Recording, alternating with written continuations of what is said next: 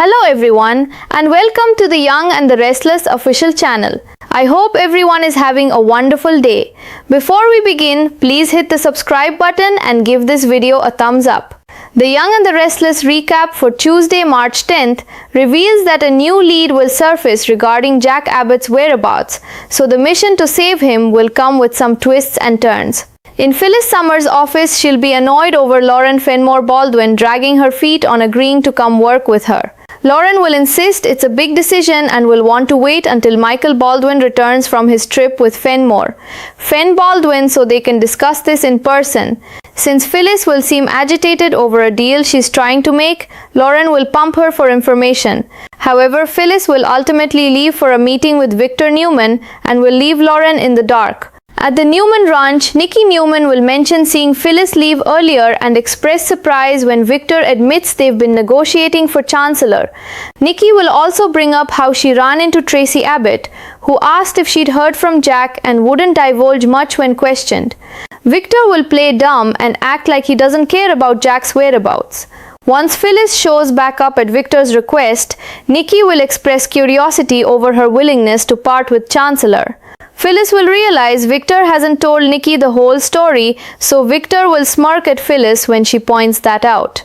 On the yacht, Patty Williams will claim someone reached out anonymously and offered her a large sum of money to watch over Jack. Since Patty wanted to make amends with Jack anyway, it was an offer she couldn't refuse.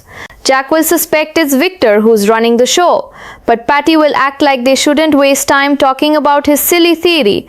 Since Jack will push for a deal, Patty will want a kiss in exchange for giving him a yacht tour and let him get a better sense of their situation. Jack will give Patty a peck once they chat for a bit, but that won't be good enough. Patty will insist Jack has to kiss her like he means it, so he'll make out with her and seem uncomfortable over her shoulder afterward. Meanwhile, Kyle Abbott, Diane Jenkins Abbott and Billy Abbott will check out some security footage from the Jabot parking garage.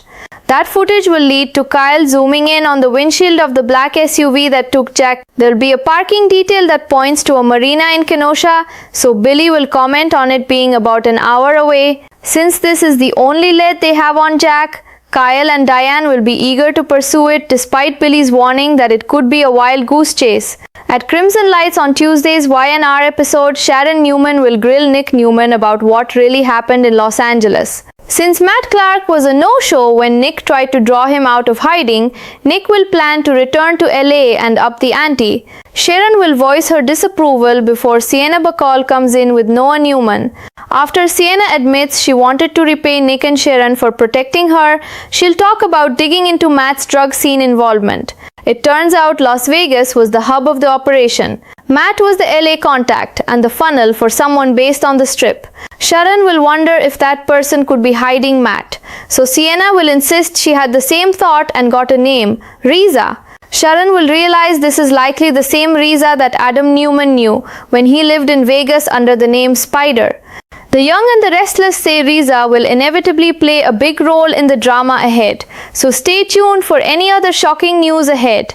The tension hanging over Genoa City deepens as Tuesday's chapter of The Young and the Restless unfolds with a new and unsettling development surrounding the mysterious disappearance of Jack Abbott.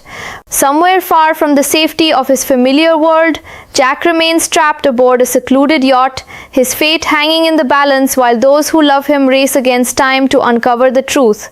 Yet even as worry spreads among his family, a fragile thread of hope begins to emerge, an unexpected lead that could finally point them in the right direction. But in Genoa City, answers never come easily, and every discovery seems to open the door to even more questions. As alliances shift and secrets quietly simmer beneath the surface, the mission to bring Jack home is about to take several unpredictable turns. Across town, the atmosphere inside the sleek office of Phyllis Summers is thick with impatience and barely concealed frustration. Phyllis paces the room with restless energy, her mind racing as she grows increasingly irritated with Lauren Fenmore Baldwin. Lauren has been dragging her feet about joining Phyllis in a potential business venture, and the delay is clearly wearing on her nerves. Yet Lauren remains calm and deliberate, refusing to be rushed into such a major decision without careful thought. She explains that she wants to wait until Michael Baldwin returns from his trip with their son Fen Baldwin, so the two of them can sit down together and discuss the matter face to face. For Lauren, the stakes are simply too high to act impulsively, no matter how persuasive Phyllis might be. But Lauren quickly notices that something else is clearly weighing on Phyllis. The normally confident businesswoman seems unusually agitated, her focus drifting as if another deal entirely is occupying her thoughts. Sensing an opportunity to uncover the truth, Lauren begins gently pressing her for details, probing for any clue about what might be going on behind the scenes. Yet Phyllis proves surprisingly tight-lipped, skillfully sidestepping the questions and refusing to reveal what she's really working on. Instead, she abruptly gathers her things and announces that she has an important meeting waiting for her.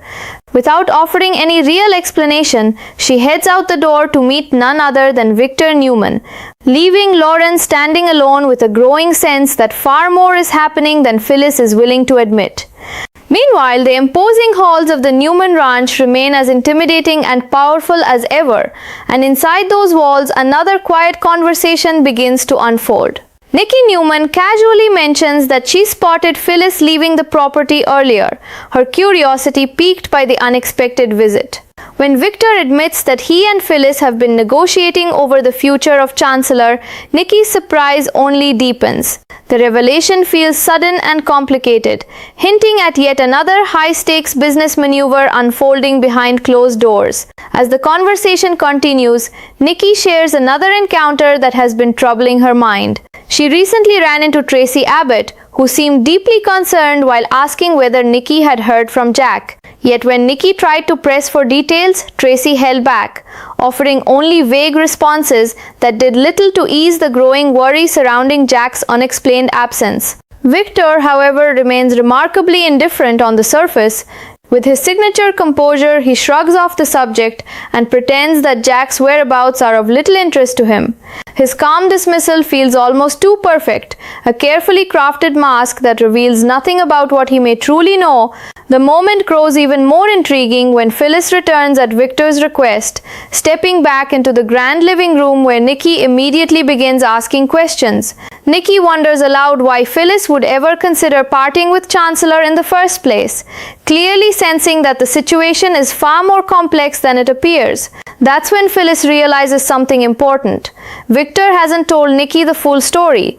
The realization flashes across her face, and when she points it out, Victor responds with a knowing smirk, the kind that suggests he's still several moves ahead in a much larger game. Far away from Genoa City's power struggles, the atmosphere aboard a lonely yacht feels strangely unsettling. Here, Jack Abbott finds himself face to face with the unpredictable Patty Williams, whose presence alone brings a mixture of tension and uneasy nostalgia. Patty insists that she didn't act entirely on her own, revealing that someone contacted her anonymously and offered a substantial amount of money to keep watch over Jack. For Patty, the offer came at a moment when she had already been reflecting on her complicated past with him. She claims she genuinely wanted to make amends for the pain she caused him long ago, and this strange opportunity felt like a chance to do something meaningful while also benefiting financially. Yet Jack isn't convinced by the vague explanation, his instincts immediately pointing toward one powerful figure who might be orchestrating the entire situation from the shadows. In Jack's mind, the mastermind behind this bizarre captivity can only be Victor Newman. But when he voices his suspicion, Patty dismisses the idea with a playful wave of her hand, treating it like nothing more than a ridiculous conspiracy theory. She insists that they shouldn't waste time obsessing over such nonsense, especially when they could be focusing on something far more entertaining.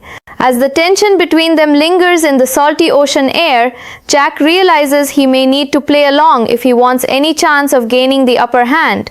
Hoping to strike some sort of bargain, he suggests they come to an arrangement. Patty listens with interest, but her price is anything but conventional. With a mischievous smile, Patty announces that if Jack wants a tour of the yacht and a clearer understanding of his current predicament, he'll have to give her a kiss. At first, Jack hesitates, clearly uncomfortable with the strange request, but he eventually leans in and offers a quick, polite peck. Unfortunately for him, that small gesture doesn't satisfy Patty in the slightest. She pouts dramatically and insists that if he's going to kiss her, he needs to do it like he actually means it. Realizing he has little choice if he hopes to gather information, Jack reluctantly complies. The moment becomes awkwardly intense as he pulls her into a deeper kiss, forcing himself to play the role convincingly even as discomfort flickers across his face the moment she can't see it. Back in Genoa City, Jack's family is inching closer to the truth without even realizing it. Inside the Jabot parking garage, Kyle Abbott, Diane Jenkins Abbott, and Billy Abbott gather around security footage, studying every frame with growing urgency. The grainy video reveals the moment a mysterious black SUV was involved in Jack's disappearance, and Kyle begins carefully zooming in on the windshield, searching for anything that might offer a clue. Suddenly, a small but crucial detail appears, a parking pass that reveals a connection to a marina located in Kenosha. Billy quickly calculates the distance, noting that it's roughly an hour away from their current location. For the Abbotts, that tiny clue feels like a lifeline. Kyle and Diane immediately push to follow the lead, desperate to find any trace of Jack before it's too late. Billy, however, urges caution, warning that the clue might lead them straight into a dead end. After all, whoever orchestrated Jack's disappearance is clearly capable of setting traps and misdirections.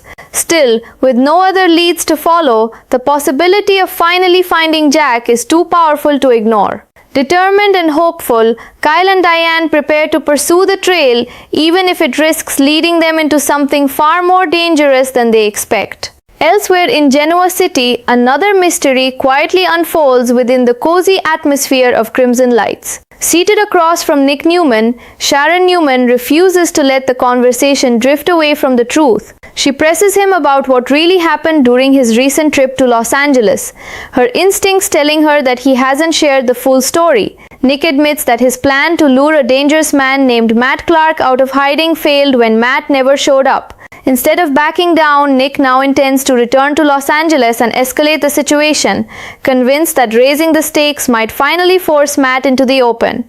Sharon immediately voices her disapproval, worried about the danger Nick might be walking into. Yet before the conversation can spiral further, the cafe door opens and two familiar faces step inside. Noah Newman arrives alongside Sienna Bacall, and the tension in the room shifts as they join the discussion. Sienna explains that she wanted to repay Nick and Sharon for protecting her earlier, and the best way she could think to help was by digging deeper into Matt's criminal connections. Her investigation has uncovered a troubling web of drug activity stretching far beyond Los Angeles. According to Sienna, Las Vegas appears to be the central hub of the entire operation. Matt Clark served as the Los Angeles contact, funneling drugs and money through a much larger network run by someone operating directly on the Las Vegas Strip.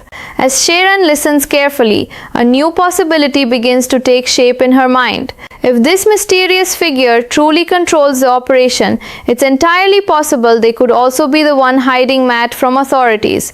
Sienna nods, revealing that she had the exact same thought during her investigation, and she managed to uncover a name tied to the operation. The name she discovered is Riza. The moment Sharon hears it, recognition flashes across her face. She realizes that this could very well be the same Riza connected to Adam Newman from years ago, back when he lived in Las Vegas under the alias Spider. Suddenly, the pieces begin aligning in ways that suggest the story is far from over. If Riza truly sits at the center of this dangerous network, their involvement could send shockwaves through everything that follows. And as the drama continues to build, one thing becomes clear. Riza is destined to play a pivotal role in the chaos that lies ahead. As the web of secrets surrounding Genoa City grows tighter, the quiet tension that filled Crimson Lights lingers long after the shocking name is spoken. The mention of Riza hangs in the air like a distant storm cloud, stirring memories and possibilities that none of them can ignore. Sharon's mind races as she connects the dots, recalling the shadowy period when Adam Newman once lived in Las Vegas under the mysterious alias Spider. Back then, the city of neon lights and endless temptation had been a place where dangerous alliances formed in dark corners and loyalties could shift overnight. If the same Riza from that world has resurfaced now, it means the danger surrounding Matt Clark could be far more complicated than Nick initially realized. And suddenly, the quiet cafe feels less like a safe haven and more like the starting point of another dangerous journey. Nick listens carefully as Sienna lays out the details of what she uncovered, his expression tightening as the reality of the situation begins to sink in. Las Vegas isn't just a random location in this story. It's the beating heart of a larger criminal operation, one that stretches from the bright lights of the Strip all the way to the streets of Los Angeles. According to Sienna's research, Matt Clark wasn't the mastermind behind anything. He was simply the contact point, the middleman responsible for keeping the operation flowing smoothly in LA. Everything he handled ultimately traced back to someone more powerful pulling the strings from Nevada. And if that person is truly Riza, then Matt might be hiding under their protection, shielded by a network designed to keep outsiders from getting too close to the truth. The realization sends a chill through the group, because it means that finding Matt could require stepping directly into the territory of someone far more dangerous. Sharon studies Nick's face, recognizing the determined look she's seen so many times before. It's the expression he wears when he's already decided to take a risk, no matter how strongly others might warn him against it. She reminds him that escalating the situation in Los Angeles could provoke exactly the kind of response they're hoping to avoid. The deeper he digs, the more attention he'll attract from people who don't appreciate their secrets being exposed. Yet Nick can't shake the feeling that walking away now would only allow Matt and whoever is protecting him to disappear completely. The tension between caution and determination plays across his face as he weighs the consequences, knowing that every choice from this point forward could carry real danger.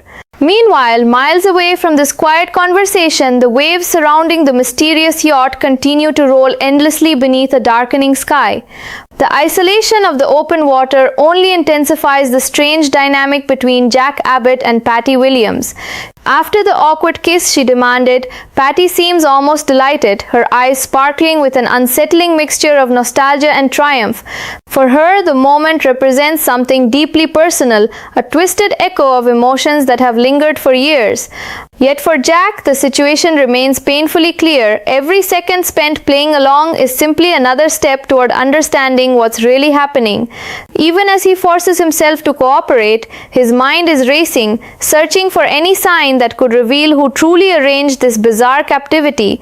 Patty continues speaking as if they're simply two old acquaintances enjoying a private getaway rather than captor and captive, trapped in a strange standoff. She insists again that the mysterious offer to watch over Jack came from an anonymous source who promised her a generous payment. According to her story, the arrangement was simple: keep Jack safe, stay aboard the yacht, and wait for further instructions.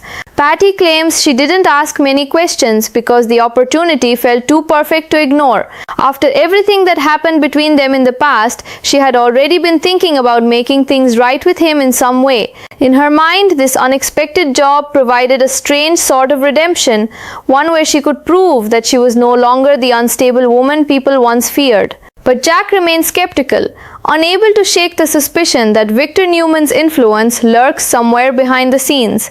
Victor has always been capable of elaborate schemes, and Jack knows better than anyone that their rivalry has rarely followed predictable rules.